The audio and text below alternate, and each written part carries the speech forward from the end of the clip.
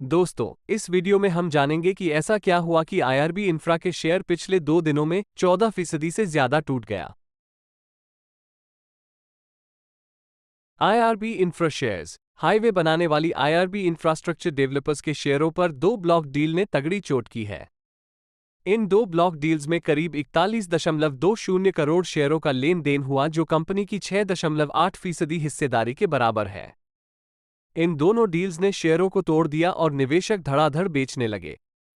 Intraday में यह 8% से ज्यादा टूट गया। इस गिरावट का कुछ निवेशकों ने फायदा उठाया, लेकिन अब भी यह काफी कमजोर है।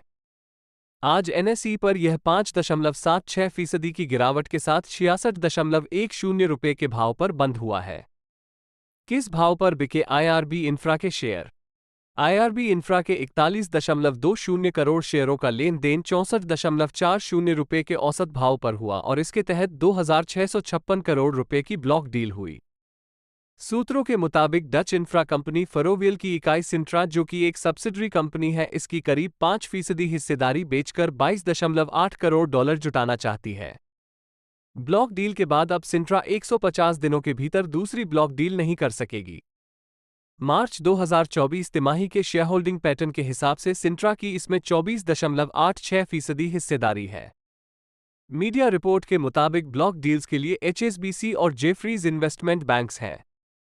आइए अब जानते हैं कि ये ब्लॉक डील क्या है। इससे पहले अगर जानकारी अच्छी लग रही हो तो कृपया चैनल को सब्सक्राइब कर लीजिए ताकि आपको ऐसी जानकारियां मिलती रहे।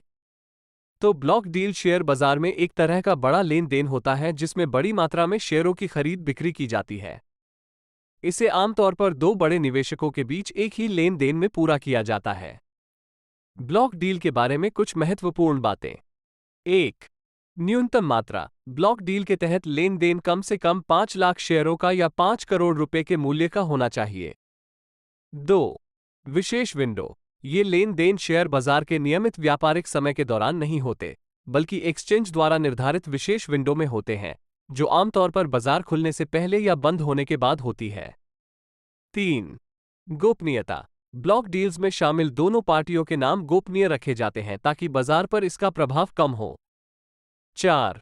नियम और विनियम। ब्लॉक डील्स के लिए सेबी, भारतीय प्रतिभूति और विनिमय बोर्ड के नियम और विनियम होते हैं जिन्हें दोनों पार्टियों को पालन करना होता है।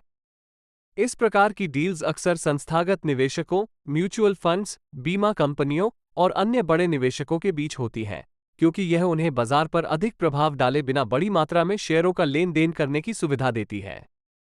क्या हमें इसमें इन्वेस्ट करना चाहिए? हालांकि इसमें आपका व्यक्तिगत निर्णय होना चाहिए। अगर हम यहां अपनी टेक्निकल एनालिसिस की बात करें तो चार्ट को देखते हुए 63 से 64 रुपये पर हमें डिमांड जोन दिख रहा है।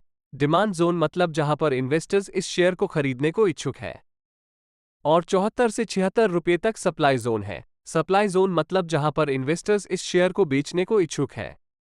तो अगर आप चाहें तो अपने मूलधन का 60% से 70% इन्वेस्ट कर सकते हैं। तो दोस्तों, अगर जानकारी अच्छी लगी हो तो इस वीडियो को अपने दोस्तों के साथ शेयर करिए और चैनल को सब्सक्राइब जरूर कर लीजिए। मिलते हैं हम आपसे अगले वीडियो में, तब तक आप अपना और अपने परिवार का ख्याल रखिए। जय हिंद।